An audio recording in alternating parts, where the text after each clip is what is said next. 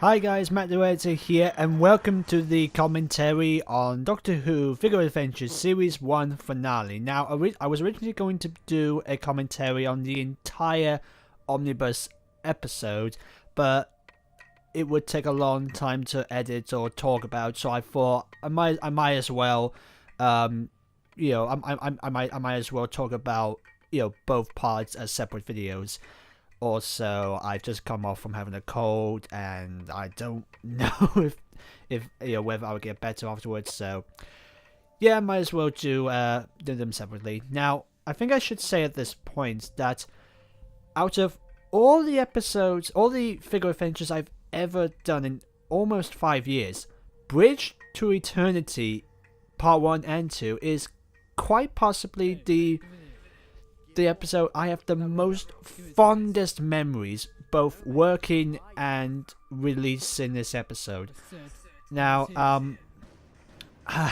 because this out of all the episodes I've worked on, Bridge to Eternity, I think, in my opinion, was quite possibly the one I've, as well as Phantom of the TARDIS, as well as some other stuff I've worked on. This is quite possibly my all-time favorite episode to have worked on, and the evidence clearly shows here. One of the things, I was originally going to have Sam Lloyd to join me on this commentary, since he kind of played a role in this production, but we did not have enough time at the time we were recording other commentaries, and we both thought that Sam didn't have much of a bigger part in the story, so. And I was thinking of getting some of the voice cast to join in, one of them including Christopher Thompson, who I'll talk about later, and to take part. But seeing his work on Big Finish recently, I thought, I think he's doing alright. Now, one of the things I forgot to mention in these commentaries is that I made this series whilst I started my first year in university, and this episode and part 2 were filmed whilst I was in my university accommodation. I should say at this point that this scene was quite possibly the difficult scene to have worked on, because I literally filmed in a very, very dark room, and I only had the only light I had was a giant lamp. So yeah, it was so dark and it got so hot, but all that was worth it just for this lighting. Now anyway, when I was working / releasing these episodes, I would release an episode every 2 weeks. Mostly because release one episode 1 week and then have 1 week after that to work on the next one, and then release it on the week after. But due to technical reasons, and as well as some stuff going on in real life, this episode was delayed. I think a couple of weeks later, maybe a month or so. Seeing as these 2 episodes released around Christmas time, which is a real shame, because I really wanted to do a Christmas special at the time. But honestly, I think with the time I ended up having, I think was worth it in the end.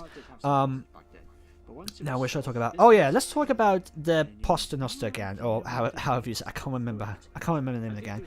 This was quite possibly the first time I used an existing character in this series, aside from the cameos in the previous episodes, and aside from the 10th anniversary special I made with The Moment of the Doctor. This is quite possibly when I started using characters from the canon series, and then bring them into this universe. Strax was voiced by my good friend Nathan Williams. Funny thing is, I remember Nathan doing a voice for another character before. I can't remember, but basically Nathan was a friend of mine and Sam's. We both met at the same youth theatre group, and when I told Nathan that Sam and I were working on the series, Nathan was interested in doing a bit of voice work, and he suggested he wanted to voice Strax, the Song Tong, because he liked the character at the time. So I thought, yeah, why not? I might as well get him to voice Strax. And honestly, he did he did a good job. I mean, he's no Dan Starkey, but he actually did a pretty decent job as Drax. So yeah, this episode, I treated this as a canon episode when I was working with these three characters. Because it was filmed after the Series 7 with Name of the Doctor, and well, I think we knew that they were coming back in Series 8, and I thought, why not bring them into this universe? And yeah, I was thinking of making a custom version of Vastra, but I didn't know how to do it. I mean, I've seen some custom figures where they've had like a Silurian's head on the body of the Gelf old lady, you know, that one. I've seen it on that. But I only had one Silurian action figure, and I didn't have the Gelf lady action figure at the time until I was doing Great Spirit of Adventure. And I didn't want to lose any action figure, so instead I just put John Pertwee's coat on Vastra, and honestly, I think it worked alright. It clearly shows she's from an era. I think it kind of suited her. It was really difficult to put the coat on, by the way. Yes. Okay. Now, one of the things I sort of made a mistake on when I released both parts, as one episode is I forgot, that the title for Part 1 had Bridge to Eternity Part 1 on it, and I forgot to edit the title when I combined them together, so yeah, that was a little error there. So yeah, I see you've packed very nicely. Yeah, here we go. This was quite a nice little scene to work on. It's kind of one of those it's kind of those Doctor companion moments where they've got to know each other for a while, and you get like a nice little humor of them. The Doctor's trying to hide something, Connie's just trying to find out what it is, and they're just clicking their fingers.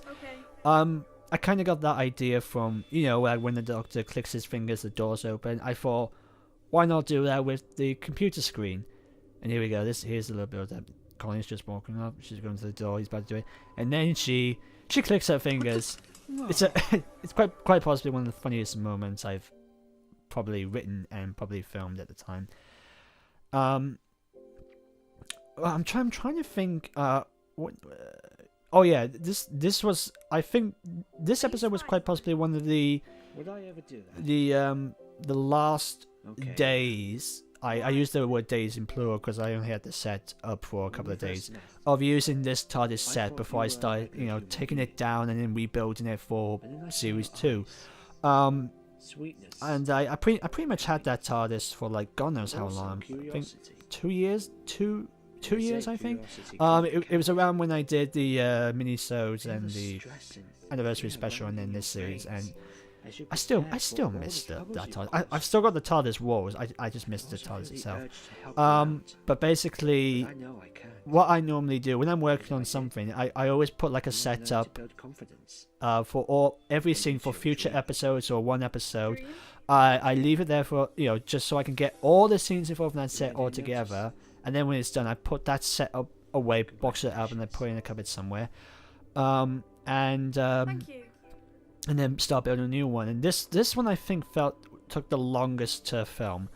But thankfully we didn't have a lot of people around the house at the time, and yeah, the filming process on this episode with this TARDIS was paid off. And one of the things I forgot to add in on that scene, as we noticed earlier, the Doctor pretty much, I mean, the scene was supposed to be the Doctor hands over Connie a ring as a sort of like a wedding present. I forgot to add in a ring. Now it just looks kind of weird. Mostly because he knows that she's getting married. He doesn't want to spoil for her, so he gives her like a wedding present. And I forgot to add in the ring. So yeah, that's something I could remaster. Now here we go. This was pretty much like like one of the first times I started using white materials for a snow set. I mean, if you've seen like most of the action figure sets, they always have like some sort of white material. And I've seen like a lot of FA makers do like a lot of snow episodes, and I've never worked on a set with snow before, and so this was quite interesting. So I pretty much just went around just to find random white stuff to use as snow, because I didn't know what they used. So I pretty much got like pieces of tissue. Drax with his grenade. It took like pieces of tissue, wrapped them up for like rocks, and like to get like random. The little balls are actually little beads that you put in either your pillow or your lap tray. And I wanted to. So that was pretty much it was such a difficult scene to do. So it's always hard to work with snow. Now the snow scene was filmed whilst my mother and I we were watching funny enough, we were watching a Christmas film, Christmas in Conway, starring Andy Garcia, whilst I was filming this episode. And it was dark, the television was on, and my mum was watching the television whilst at the same time I was filming this scene. Which explains why I have fond memories of filming this episode. And I should say at this point, there was a character originally made for this snow scene. You notice that there was like a little body somewhere in the room, that dead body. He was supposed to be a character, sort of soothsayer, a visionary character, and they were meant to go find him. He gives like some sort of explanation. He gives them a clue to the, as we find out later on, the key to time.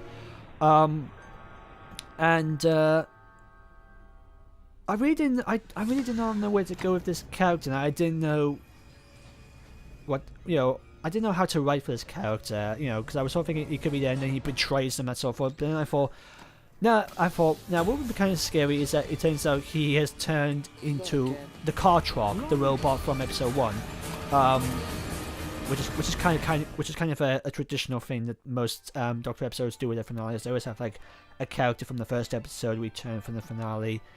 That's gotta stop, but it's a nice little trope.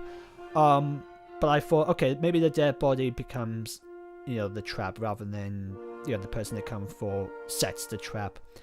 Now this was a nice little moment. I mean, I quite, I got the idea of like a wedding scene from like, there was like a couple of episodes like, Wedding of Sarah Jane. There was Runaway Bride. Amy Rory's wedding. There was a couple of weddings from the Doctor Who universe as well as other shows I used to watch, and I always was interested in doing like a wedding scene, and I thought Connie marrying Keith was pretty much a good idea for the finale. However, I do think I really should have worked a lot better on the wedding dress. It just looks kind of weird. But the fail was pretty good. The fail is actually the invisibility, the Lego invisibility cloak from Lego Harry Potter, and I thought that's perfect for the veil. And that scene only took like one day, only one day. Well, we'd better crack it quick. Yeah, that's all I'm gonna say. Now, at this is a point when I started using. This is when Sam Lloyd pretty much got in. I mean, he previously worked on the TARDIS corridor scenes when we were working on Phantom of the TARDIS, and I thought, well, what better way? And I thought it would be a good idea to bring those corridors back for the series finale. So, I asked Sam if he started the corridors. He said he did, and he set up most of the corridor scenes, and I only had to bring my action figures and the script, and then we would film scenes, and. Yeah, I think, that's, I don't know where to go from there. Okay, here we go. Yeah, this was pretty interesting. I mean, now, I will say there is one little typing error I made, when they're talking about, no, it's not Holy Mate, it's Matt, short for matrimony. I should have taken the Matt out. It just sounded weird. I should have gone for, no wait, it's not mate. No wait a minute, the word mate, as in short for matrimony. I thought, why didn't I use that line? That would have been perfect. I don't know. What do you guys think? If you think the line I just said there, wait a minute, the word mate, as in short for matrimony. If you think that line would have worked better than what was heard in this episode, then be my guest.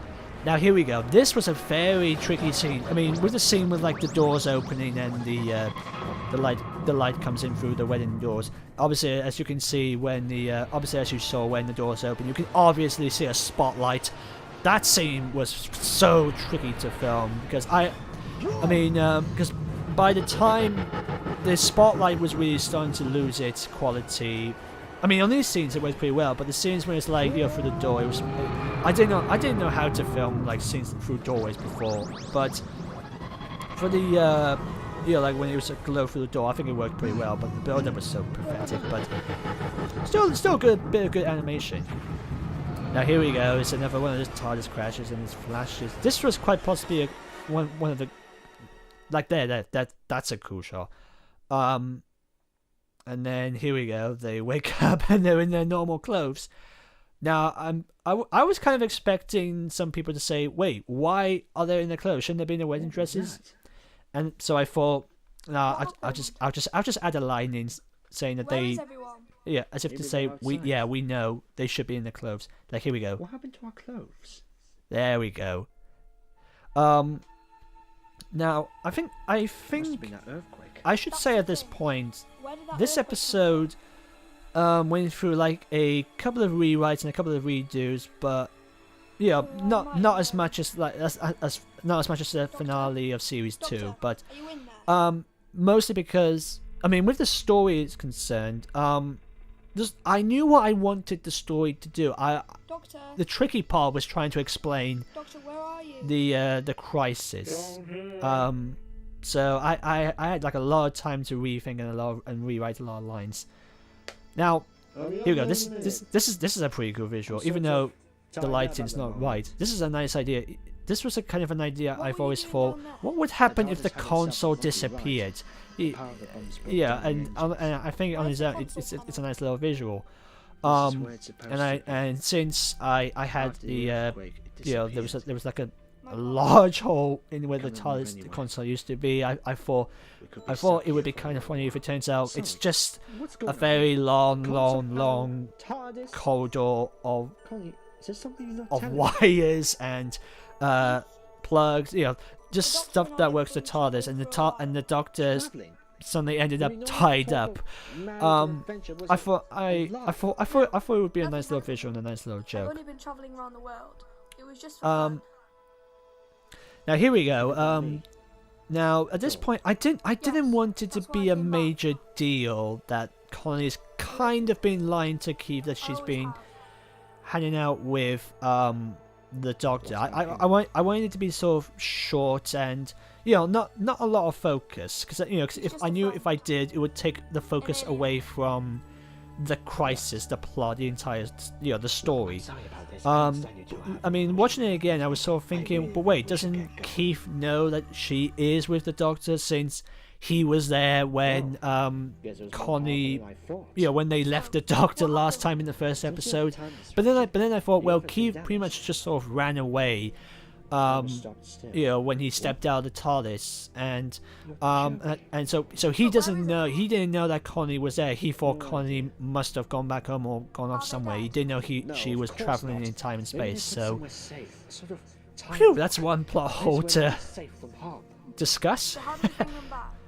Well, first off, Now here we go. This is a nice look. This was a last minute addition. The Doctor with the magnifying glass. there's a mystery going I'm here. trying to think whether that's ever been done before in Doctor Who. I mean, I think maybe Matt Smith had one when he was pretending to be Sherlock Holmes, or maybe Peter Capaldi had it at one point. But I thought it was a last minute addition to have the Doctor with the magnifying glass.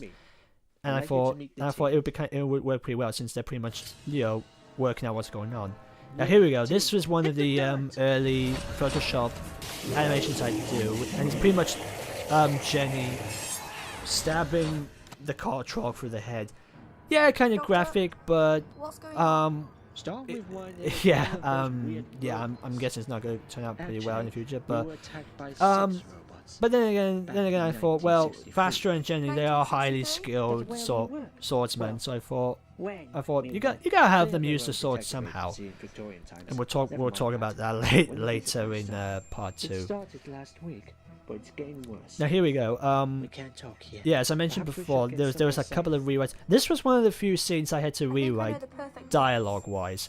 Because I had to try and think, okay, So what this is does our hiding place. the involvement Policemen of the on the gang streets, has to do with the car trucks episode? with And the honestly, I scouts think everywhere. having the car trucks So, madam, at what's the different plan? points We in should lay time low until or we in have different parts of the an universe, I think advantage. works pretty well. May I suggest Um, No straps, no grenades. Yeah, and Oh, and So it what do we do? kind of works. You know, Normally that when they, this they all happens, come together as a we come sort up of with a brilliant plan. a detective Well- agency. But this is not one and- of those days. Yeah, as we no as we idea see what it to saw do. earlier, they were need a looking for a clue. safe house, and well, the best way to hide is We found in something, Connie's I'm house. not sure where it is, but it Since seems important. no one's around, they went for okay, we might as well hide in Connie's house. Now here we go. Oh, is it? I pretty much got the idea of using the key to time from Batman Marches. Well, Matthew This is the key to Toffolo. Batman Marches. The most powerful um, weapon in the universe. 8th Doctor season 3, where Whoever he holds used the key to will have the time power to do whatever it asks. So we can use it to sort of bring everyone end the back. time war, or at least in his version. No. Which honestly, I always I will thought not allow it. I The I key always to kind of time is dangerous. wanted I have witnessed my its power, universe to be believe sort me, of I have canon experienced to such consequences his because his of it. universe, I do not wish to even be though decapitated his again. universe is kind of There wiped must be out another from because of what we got from Maybe we should Day head of the back to Doctor, TARDIS. but so it's always a nice idea that maybe some universes are connected, and now at this point I kind of wanted to be Lay their hands upon you the know key that opens a sort of the hint, gate to eternity. give the Doctor something to really What fear, can I not do? just for the universe itself, but also for himself, because Take great as he mentioned care. before, he has witnessed this power before, and he does not So, want to go through it I guess again. this is it. And even though this We're in could towards the end of mean, the they could obviously use the key to time to start bringing everyone back, but at what cost? And that's kind of why I wanted the Doctor to sort of get across with this idea. I mean, obviously he could use the key to time to stop everything, but he knows that if he does, something goes wrong, someone pays a price, and he's not ready for that yet. Now here we go. As we see later on, we get like a nice little foreshadowing of who's coming. Yeah, kind of obvious, but okay. I was originally thinking of having like a Dalek eye stalk sticking out of the doorway, but I didn't know how to do the eye blinking at the time, so I went with the cheapest way. Now here we go. Yeah, we finds out Connie's dad and her aunt are around. And I should say, I should say if someone puts like a comment in there saying, "Wait, how can two adults fit into one wardrobe?" I just want to say, I was thinking of that when I was filming this episode, and honestly, I thought it's Doctor Who, it's Time Lord. If it works in the universe, it works in the universe. how long do you have to do this? Now here we here we go. This is another one of the scenes that was filmed down at the Sam's house. Now I should say the figure down the corridor is meant to be the guide, as we'll talk about in a later episode.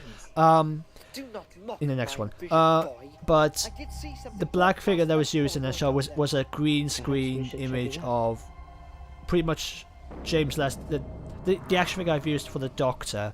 Where And are I we now? pretty much used it to sort of run down the corridor on green screen. Yeah, there's a lot of green screen, cheating animations at that point. And as we saw there, the set from the Phantom of the TARDIS, which was originally the time station in UDWF ones, is back again, and I think it works again. I thought it would be nice to have that for as sort of like the Just go sort of like a like a sort of center area of corridors. And I thought this would be a point when stuff will go on, like they notice that the key to time is starting to vibrate, it's starting to affect. And yes, we find out later Connie's dad and Connie's aunt are not who they are, as we'll find out later on. But I had to think of some way to lead into the cliffhanger, and I thought that's probably the easiest way. And also, I didn't want the whole, oh, are they the real pet? Are they real? Are they in disguise? Are they fake? You know, I didn't want it to be much like with a, like seeing with Keep. I didn't want it to be a big deal. I just wanted it to be, sort of short and Just simple. as it was planned for Now- so long. What are you Okay, talking I'll about? talk How do you more know about into about Because we are not why your family. like here we go when they We say never were your family. we never were It was your all family. arranged to I'll bring talk you about that two in my together. next commentary when we're talking about Connie's story. Guessing not. But basically the point I'm trying to get across is no, they're not Connie's parents, but Connie's parents are real. They're just not in this universe. Now, this I think a couple of people were sort of surprised to find out that these are actually Slovene. I even had a comment on the video saying, "How did you do the animate the effects on the ship?" It was kind of easy, really. Just shine a light and then put like a 3D, like a special effect of a light going across. Here we go, the Slovene. And I kind of got the idea from the Sarah Jane Adventures finale, The Lost Boy, which in my opinion had probably the bestest twists I think they've had. As if to give just to show that the Slovene does not have to disguise itself as fat people, because they have the technology to squeeze into skinny people, and I wanted to bring that back. And obviously I didn't want to put in the farting, because it would be an obvious cue. Also, I thought it would be a nice little fan moment. And here we go, the Daleks. This was pretty much here we go. The Daleks come, and quite possibly one of the coolest moments I filmed with the Daleks. Now here we go. This is one of the scenes that I filmed whilst I was in my accommodation, and